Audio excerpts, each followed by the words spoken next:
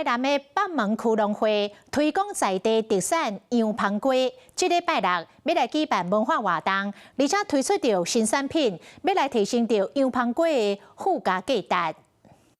北门区是羊芳粿的重要产地，因为伫咧盐分地带发出来，所生产的羊芳粿最接个甜，食过消费者拢知影这一味。像我们有跟马古茶坊请他们来合作，活动当天会有200杯哈密瓜特调的饮料给现场参观的群众来取用。为了宣传在地的羊芳粿，农会除了推出羊芳粿的粿指数，也和连锁的饮料店合作。今年北门的洋香瓜，特别是卡蜜拉，是丰收的，那品质也比以往还要好。北门区农会会伫咧12月7日举办羊芳粿的产业活动，邀请民众做伙来食到老热，高官者水果甲农民鼓励支持。